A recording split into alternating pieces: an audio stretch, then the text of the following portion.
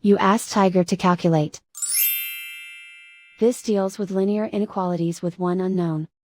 The final result is x smaller than -9/5 smaller than -14/5. Let's solve it step by step. Group all x terms on the left side of the inequality. Add 4x to both sides.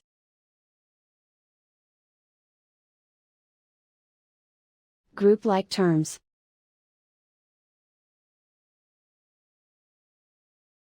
Simplify the arithmetic.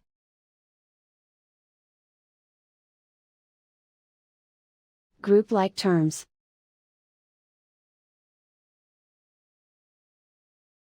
Simplify the arithmetic.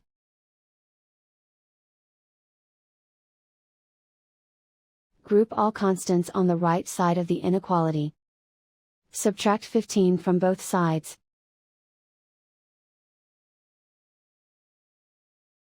Simplify the arithmetic.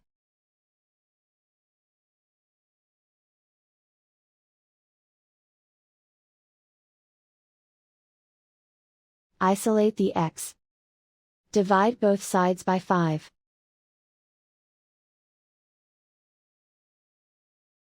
Simplify the fraction.